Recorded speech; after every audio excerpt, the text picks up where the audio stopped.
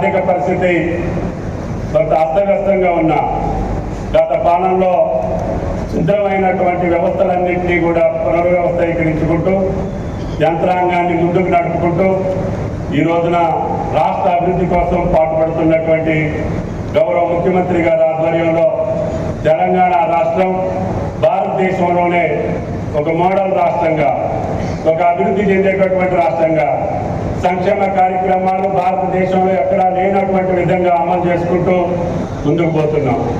మన జిల్లాకు సంబంధించి కూడా రేవంత్ రెడ్డి గారు మొట్టమొదటిసారిగా భద్రాద్రి వచ్చినప్పుడు అధికారులకు, అనధికారులకు, పట్టణ ప్రముఖులకు, పాత్రికేయులకు నా యొక్క హృదయపూర్వక శుభాకాంక్షలు.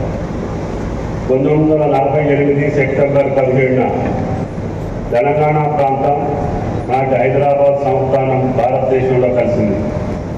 నేడు 77 సంవత్సరాలు పూర్తి చేసుకొని 78వ సంవత్సరంలో అడుగు పెడుతున్నందున ఈ రోజున జిల్లా వ్యాప్తంగా తెలంగాణ ప్రజాపాలన వేడుకలుగా ఘనంగా నిర్వహించుకుంటున్నాం. ఆ చారిత్రక దినోత్సవం సందర్భంగా స్వాతంత్ర సమర యోధులను, తెలంగాణ అమరవీరులను, ప్రజా పోరాట యోధులను స్మరించుకోవడం మనందరి కర్తవ్యం. వారి త్యాగం, పోరాటం, ప్రాణత్యాగం వల్లే నేడు మనకి స్వేచ్ఛగా అనిపించుకునే అవకాశం లభించింది. వారే ప్రజాస్వామ్య విలువలకు పునాది వేసిన వారు. మన తెలంగాణ చరిత్రలో సెప్టెంబర్ 17 ఒక గర్వకారణమైన రోజు.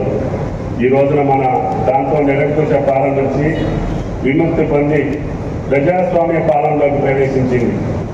ప్రజాస్వామ్యం అంటే ప్రజలే పాలకులు, ప్రజలే అధిపతులు అన్న తాత్పర్యాన్ని ఈరోజు మనందరికీ గుర్తు చేస్తుంది. అందుకే రాష్ట్ర ప్రభుత్వం ఈ రోజున ప్రజాపాలన దినోత్సవంగా నిర్వహించడం ప్రతి తెలంగాణ వాడి హక్కుల పునరుద్ఘాటన కూడా. ప్రజల ఆకాంక్షకు అనుగుణంగా రాష్ట్రంలో కొత్త ప్రభుత్వం కొలువుదీరింది. గౌరవ ముఖ్యమంత్రి యనమల రేవంత్ రెడ్డి గారి దార్శనికత, నాయకత్వంలో విద్యుత్తు, నీటిపారుదల, వ్యవసాయ, పరిశ్రమలు, ఉద్యోగ ఉపాధి, సంక్షేమం, ఐటీ రంగంతో సహా అన్ని రంగాల్లో గణనీయమైన అభివృద్ధిని సాధిస్తూ, అదేవిధంగా వెంకటరాయ సాగర్ కూడా 33 కోట్లతోటి ఎప్పుడో తెగిపోయి నిరర్ధకంగా ఉంటే దానికి కూడా 33 కోట్లు శాంక్షన్ చేశారు. ఈ రకంగా ఇరిగేషన్కి ప్రాధాన్యత ఇస్తూ సీతమ్మ సాగర్కి మనం నీటి కేటాయింపులు కూడా తీసుకున్నాం. 68 టీఎంసీలు సిడబ్ల్యూసీ క్లియరెన్స్ వచ్చింది. అది మనం పూర్తి చేసుకుంటే అక్కడ 38 టీఎంసీ కొత్తగూడెం, ఖమ్మం జిల్లాలకు సంబంధించినటువంటి 10 లక్షల ఎకరాలకి మనకి ఎప్పుడంటే అప్పుడు రోహిణి కార్తెలో కూడా గోదావరి జలాలు తీసుకునే అవకాశం వస్తుంది. మొన్న ముఖ్యమంత్రి గారు వచ్చినప్పుడు రాజీవ్ కెనాల్కి పర్మిషన్ ఇచ్చారు, నిధులు ఇచ్చారు. దాన్ని వెంటనే 6 నెలల్లోనే పూర్తి చేసుకున్నాం. మొన్న గోదావరి జలాల్ని వైరా ప్రాజెక్టుకి తీసుకెళ్లగలిగాం. 5 మండలాల్లో ఉన్నటువంటి 30,000 ఎకరాలు వేసిన పంటను కాపాడుకోగలిగాం. రేపు భవిష్యత్తులో వైరా నది రాకపోయినా, బాలేరు నది రాకపోయినా, తమ్మిలేరు నది రాకపోయినా, ఏ నదులు రాకపోయినా గోదావరి మీకు అన్నం పెట్టే అవకాశం ఉంది. కాబట్టి దీన్ని ఉభయ జిల్లాల్లో ఉన్నటువంటి 2 ఉమ్మడి జిల్లాకి సంబంధించినటువంటి 10 లక్షల ఎకరాలను సేద్యం చేయాలనేది నా ఆకాంక్ష, నా కోరిక అని చెప్పి మీకు ఈ సందర్భంగా మనం చెప్తున్నాం. భవిష్యత్తులో జూలూరు పార్ట్ టన్నెల్ పూర్తయిన తర్వాత ఇల్లెందు నియోజకవర్గానికి కూడా గోదావరి నీళ్లు ఇవ్వాలనేది ఆ ప్రాంత ప్రజలు. అది మొదట్లో బయ్యారానికే ప్లాన్ చేశాం, తర్వాత మార్పు చేర్పుల్లో అది కిందికి వచ్చింది. అయినా సరే ముఖ్యమంత్రి గారు ఇల్లెందు నియోజకవర్గంతో పాటు మహాబాద్ డోర్నకల్ని కూడా తీసుకెళ్లే ప్రయత్నం చేయాలి అని చెప్పి ఆదేశాలు ఇచ్చారని చెప్పి కూడా మీకు ఈ సందర్భంగా మనం చేస్తున్నాం. ఈ రకంగా ఖమ్మం జిల్లా, కొత్తగూడెం జిల్లాకు సంబంధించినటువంటి ఏ మానవ వనరులున్నా, ఏ అభివృద్ధి కార్యక్రమాలున్నా, ఏ సంక్షేమం కావాలన్నా నిన్ననే విమానయాన శాఖ మంత్రి గోదావరి మీద బ్రిడ్జి పూర్తి కాలేదు అని అంటే వెంటనే పూర్తి చేసే అవకాశాలు తీసుకున్నాం. శ్రీరామనవమి కల్లా బ్రిడ్జిని పూర్తి చేసుకొని ముందుకు పంపించుకోగలిగాం. దాని తర్వాత పైన దుమ్మగూడెంలో ప్రగళ్లపల్లి ఎత్తిపోతల పథకానికి మనం అంచనాలు తయారు చేశాం. వాటిని కూడా మనం పూర్తి చేసుకోవాల్సినటువంటి అవసరం ఉంది. అదేవిధంగా మోడికుంట వాగు, పాలెం వాగు పూర్తి స్థాయిలో మనం పూర్తి చేసుకోవడానికి అన్ని అనుమతులు తీసుకోవడం జరిగింది. మోడికుంట వాగు కూడా తప్పకుండా ప్రారంభించాలనేది ముఖ్యమంత్రి గారి కోరిక అని చెప్పి మీకు ఈ సందర్భంగా మనం చేస్తున్నాం. అదేవిధంగా పెనుపాకకు వస్తే ఆ రోజున జాతీయ రహదారిని మనం భద్రాచలం నుంచి కౌటాల వరకు పోయా ఏటూరు నాగారం మీదుగా శాంక్షన్ చేసుకున్నాం. అటవీ ఇబ్బందుల వల్ల దాన్ని 4 లైన్ చేసే అవకాశం లేదు, డబుల్ లైన్ చేస్తాం ముందు అని చెప్పి కేంద్ర ప్రభుత్వం చెబుతా ఉంది. ఆ రోడ్ వస్తే గోదావరి పారివాహక ప్రాంతంలో ఉన్నటువంటి పవర్ ప్రాజెక్ట్స్తో సహా భవిష్యత్తులో నావిగేషన్ కూడా అంటే నౌకాయానానికి ఉపయోగపడేటట్టుగా గోదావరిని తీర్చిదిద్దాలనేది రాష్ట్ర ప్రభుత్వం ముఖ్యమంత్రి గారి కోరిక అని చెప్పి మీకు ఈ సందర్భంగా మనం చేస్తున్నాం. అందుకనే రేపు మనకి సీతమ్మ సాగర్ పూర్తయితే సీతమ్మ సాగర్ మీదుగా అక్కడ సమ్మక్క సారక్క ప్రాజెక్టు మీదుగా అన్నారం, సుందిళ్ళ, కాళేశ్వరం మీదుగా మహారాష్ట్రకి కూడా మనం నౌకాయానాన్ని పునరుద్ధరించుకుంటే మనకి భవిష్యత్తులో ఈ యొక్క జిల్లాకి మేలు జరుగుతుందని చెప్పి రాష్ట్ర ప్రభుత్వమైనటువంటి కోరిక.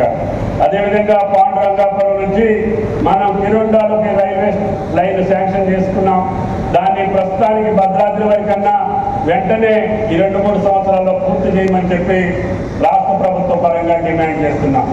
అదేవిధంగా కొత్తగూడెం నుంచి హైదరాబాద్ మన కలెక్టర్ గారు ప్రతిపాదించినటువంటి స్థలాన్ని మళ్ళీ పునఃపరిశీలించి వాళ్ళు పెట్టినటువంటి అబ్జెక్షన్ రిజాల్వ్ చేసి వెంటనే నాకు కొత్తగూడెం ఇంపార్టెంట్, అక్కడ దక్షిణ అయోధ్యకు సంబంధించినటువంటి శ్రీరామచంద్రుడు ఏం చేసినటువంటి భద్రాచలానికి అది అవసరం కాబట్టి ఎట్టి పరిస్థితుల్లో కొత్తగూడెం విమానాశ్రయం కావాలని చెప్పి కేంద్ర మంత్రి స్పష్టంగా అధికారులకు చెప్పారని చెప్పి కూడా మీకు విజ్ఞప్తి చేస్తున్నాం. ఈ రకంగా నాకు అవకాశం ఉన్న కాడికి ఇప్పుడు కొత్తగూడెం నుంచి సత్తుపల్లి వెళ్ళిన లైన్ని కొవ్వూరు వరకు పొడిగించాలని, అదేవిధంగా పెనుబెల్లి నుంచి కొండపల్లి వరకు పొడిగించాలని మన రాష్ట్ర ప్రతిపాదన ఉంది. పక్క రాష్ట్రంతో కూడా మాట్లాడి వాళ్ళ దగ్గర కూడా అనుమతులు సంపాదించి తప్పకుండా వాళ్ళ అంగీకారంతో ఇటు అమరావతికి అటు రాజమహేంద్రవరానికి కొత్తగూడెం నుంచి నేరుగా పోయే అవకాశం. ఈ రకంగా మనకి ఎక్కడ అవకాశం ఉంటే అక్కడ జాతీయ రహదారులను పూర్తి చేసుకుంటున్నాం. అదేవిధంగా ఇరిగేషన్ ప్రాజెక్ట్స్ పూర్తి చేసుకుంటున్నాం.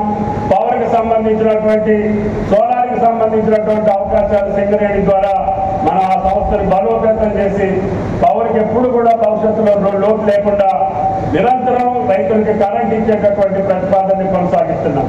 రైతులకు కావాల్సినటువంటి అన్ని అవసరాలని రైతు భరోసా కావచ్చు, రైతు బీమా కావచ్చు, దానికి కావాల్సినటువంటి అన్ని నిధులు కూడా సమకూర్చుకొని ఈనాడు రైతాంగాన్ని సుఖ సంతోషాలతో ఉంచేదానికి ఈనాడు భారతదేశంలోనే కొత్తగూడెం జిల్లా ఆయిల్ ఫామ్ హబ్ లాగా ఏర్పడింది. ప్రతి జిల్లా నుంచి ప్రతి రాష్ట్రం నుంచి నిన్న అనేక రాష్ట్రాల మంత్రులు నన్ను ఢిల్లీలో కలిశారు. వారు అడిగారు ఆయిల్ ఫామ్కి సంబంధించినటువంటి వివరాలు అడిగారు.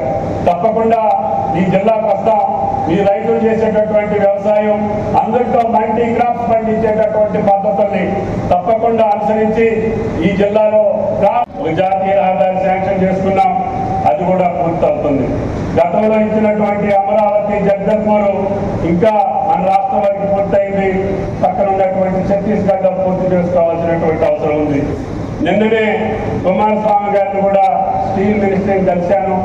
బయ్యారానికి సంబంధించినటువంటి ఆ ఇనుప ఖనిజాన్ని ఏ రూపంలోనైనా సరే ఈ గిరిజన ప్రాంతంలో నెలకొల్పి దీనికి కావాల్సినటువంటి సౌకర్యాలు కల్పించమని చెప్పి అడగడం జరిగింది. అదేవిధంగా కొత్తగూడెనికి సంబంధించి జాతీయ రహదారితో పాటు ఈ రోజున బైపాస్ రోడ్డు కూడా 420 కోట్లతోటి మనం కొత్తగూడెం పట్టణంలో ప్రవేశించకుండానే రహదారిని శాంక్షన్ చేసుకున్నాం. అదేవిధంగా గౌరవ ముఖ్యమంత్రి గారిని అడగగానే ఈ దేశంలో ఎక్కడా లేనటువంటి ఒక విశ్వవిద్యాలయాన్ని మన జిల్లాకి ఇవ్వడం అంటే ఈ రాష్ట్రానికి అదేవిధంగా ఈ దేశానికి తలమానికంగా ఉండే మన్మోహన్ సింగ్ హెల్త్ సైన్సెస్ యూనివర్సిటీని జిల్లా కలెక్టర్ గారి సూచనలతోటి ఆ యొక్క యూనివర్సిటీని సాధించుకున్నాం. ఇది ఈ జిల్లాకే కాదు, ఈ రాష్ట్రానికే కాదు, ఈ దేశానికి వన్నె తెచ్చేటటువంటి విశ్వవిద్యాలయం కాబట్టి మనకి ఖనిజ సంపద ఉన్నటువంటి ఈ జిల్లాలో పెడితే బాగుంటుందని చెప్పి ముఖ్యమంత్రి గారిని అడగగానే ఆయన గారు పెద్ద హృదయంతో ఇంత పెద్ద ఇన్స్టిట్యూషన్ మనకి శాంక్షన్ చేశారు. అది రేపు భవిష్యత్తులో 1000 నుంచి 2000 కోట్ల వరకు మనకి ఇచ్చినటువంటి భూమి 300 ఎకరాల్లో సుస్థిరమైనటువంటి ఒక విశ్వవిద్యాలయాన్ని దేశానికే తలమానికంగా తయారు చేసే అవకాశం తప్పకుండా ఈ ప్రభుత్వం తీసుకుంటుందని చెప్పి మీకు ఈ సందర్భంగా మనం చేస్తున్నాం. అదేవిధంగా ఇల్లెందు నియోజకవర్గానికి సంబంధించి కానీ ఇటు అశ్వారాపేట నియోజకవర్గానికి సంబంధించినటువంటి అభివృద్ధి కార్యక్రమాలు పెద్దవాగు గత వరదల్లో తెగిపోయింది. దానికి కూడా పక్కన ఉన్నటువంటి రాష్ట్ర ప్రభుత్వాలతో సంప్రదించి 98 కోట్లు